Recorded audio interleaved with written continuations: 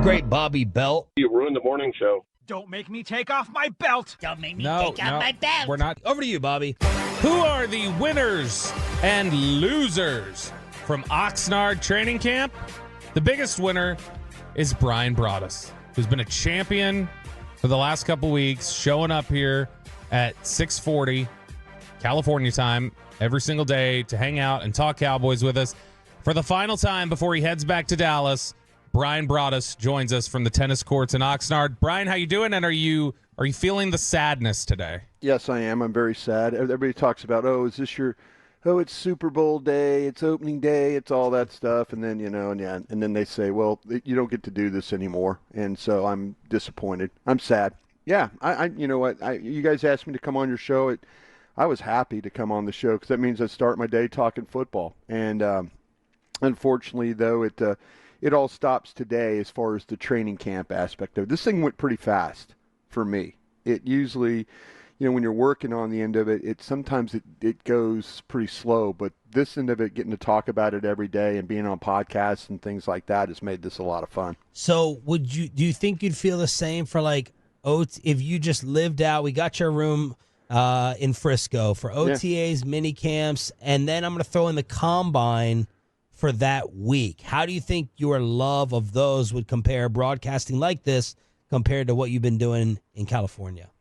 I love the practice aspect. And let me throw in Senior Bowl too. Sorry. No, I love the practice aspect of this thing.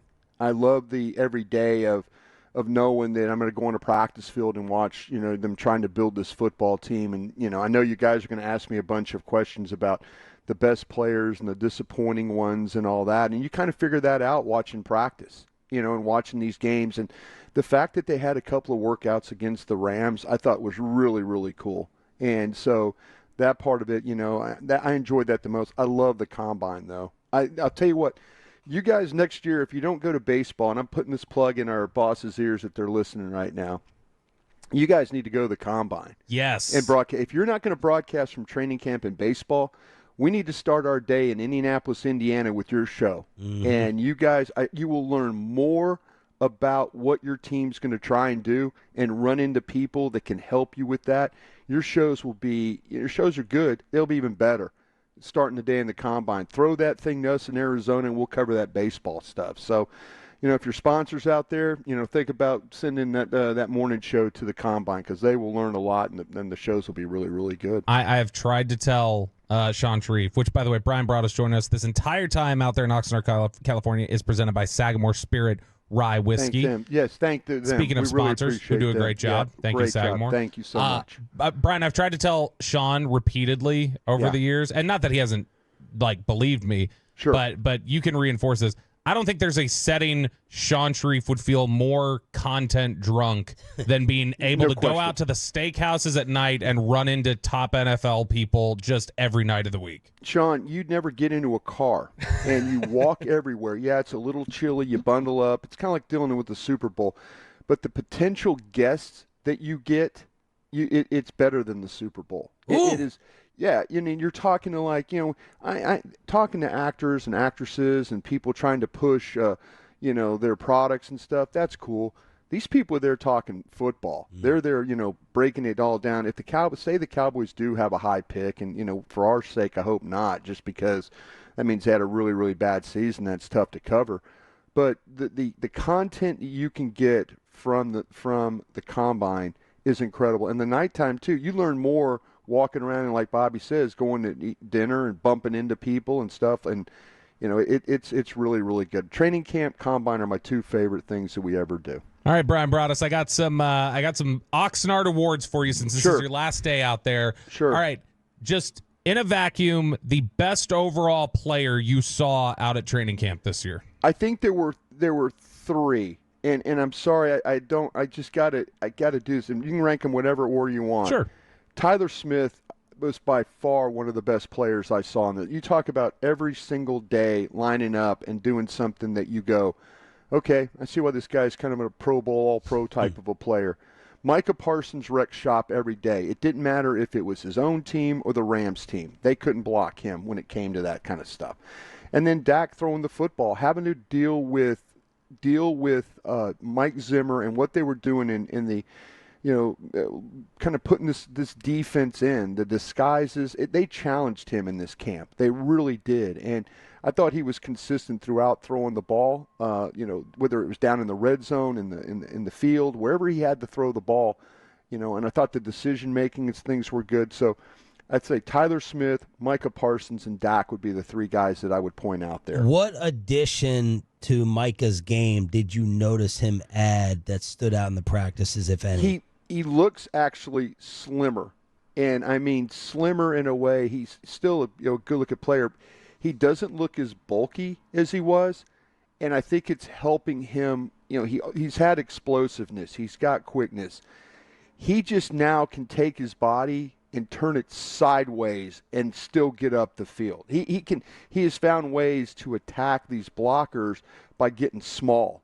And I mean getting small where they can't get hands on him. If you watch the really good pass rushers in the National Football League, they will never let an offensive tackle or a blocker get their hands on him.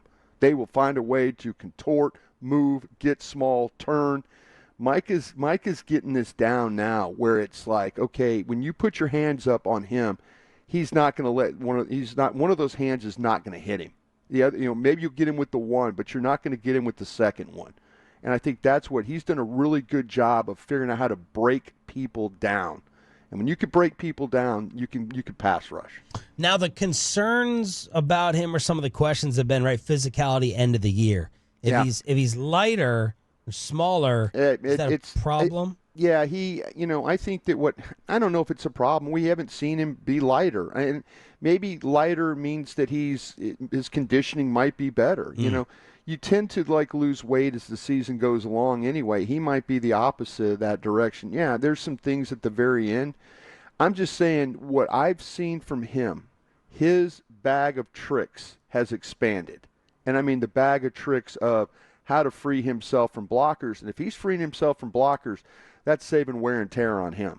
Bryan Broaddus joined us talking about final Oxnard awards from his time out in training camp, which ends today. Bryan, the most disappointing player for you at training camp? Yeah, I think there were a couple of them. Eric Scott, I felt like had a really good OTAs and mini camps and stuff, and I kind of felt like that he was going to compete for a position or a roster spot here. And then Brevin Spann-Ford, I was told nothing more that this guy was a blocker. This guy was a big-time blocker. Kind of study him. Yeah, you saw that at Michigan. There were things that he was able to do in the running game. I don't think either one of these players is going to make the team. And I know Jerry came out yesterday and told everybody that the tight end room is going to be a tough cut. If Brevin Spann-Ford is a tough cut, it's because they guaranteed him $250,000. That's why it's a tough cut. But those are a couple of guys right there that I kind of felt like, maybe Eric Scott was maybe on the right path. His sponsors are gone. It looked like he was doing well in minicamp and OTAs. He really didn't carry it over into training camp. And then again, Spann-Ford, they're looking for a big body that could block at the point of attack and tight end, and I don't think they found it in this kid. I could be wrong about that, but the initial indications are that's not the case. The most surprising player, in a good way, the guy who Maris got out there. Maris Leofau. There were things at Notre Dame that he did well. I had questions about the pick because I was thinking about, man, they're going to need a running back here at some point in time, And I really probably didn't give him enough credit. The kid's got really good instincts. He's around the ball. There's some questions about his ability to tackle coming out of Notre Dame. I don't think that's going to be a problem initially from what I've seen.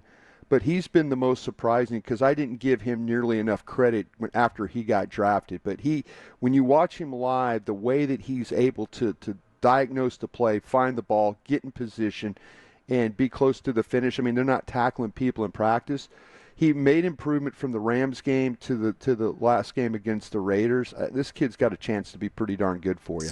The most maddeningly inconsistent player you saw during camp? It's Mazi Smith. I just can't figure out exactly, there's really some good days, and then there's some days where he reverts back to a guy that really, doesn't have a clue about technique, and they try really hard to work on his technique. And so he might make an improvement one or two plays, and then they go to another period, and he looks like he kind of reverts back to the guy that that you're kind of saying, wow, he needs to get off that block better. Wow, how did he show a pass rush in that previous period, but can't get any pass rush right now? Why is he not playing off the ball here?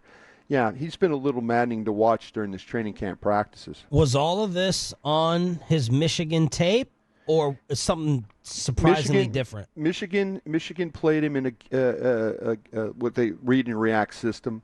And so read and react means it's almost what they call two-gap, Sean, where they extend their hands, and then they look left, they look right, and then they react to the football. Okay. And so if you even watch Chris Jenkins, who was just recently drafted from Michigan, Michigan's got some players that that are good pass rushers, but they're all edges.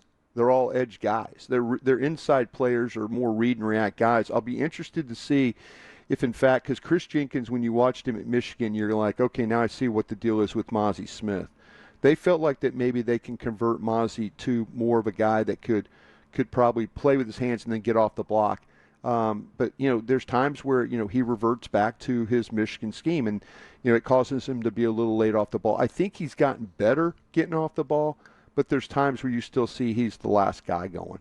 And finally, who was just flat out the most exciting highlight reel player you saw out there? I don't know if I would call it an exciting highlight reel, because I don't think there were always highlights. I'll tell you the guy that I felt like that I was excited to see make plays, and that was Jalen Tolbert. I was when we came into camp, I was thinking that Brooks and Tolbert would be in a battle for maybe even for that third spot. It was really close when it started. And then Tolbert clearly pulled away from him. I know that Brooks had a couple of plays down the field and stuff like that. You watch Tolbert practice, he makes plays during practice. That's exciting to me, that he came in with the attitude of like, okay, I have to be better. I can't play at the level I was where I'm getting 18 catches and not doing anything, that kind of thing. He's got to be better for this team. And I think that when he had a really good offseason, he got himself in condition. He got himself ready to play. He's been more consistent, and it is good to see that the way he's taking it to his job. It's exciting that he's going to be a contributor to this offense. You made our show better, our life easier, and thank you so much for doing this. I'm down, please, every single year. Bryan Broaddus, the football machine, and the hardest worker at the Fan, at least for this week. Yeah, and Brian, we got a we'll 2 weeks. We'll have a gift bottle of Sagamore Spirit Rye whiskey waiting for you when you get back. There you go. I appreciate that. Guys, thanks for having me on your show every day here, and I really appreciate the opportunity to talk about football. I do enjoy this so much, but you guys helped me a lot along the way, and thank you again to you guys. Safe travels. Thank you, brother. Brothers. Take care.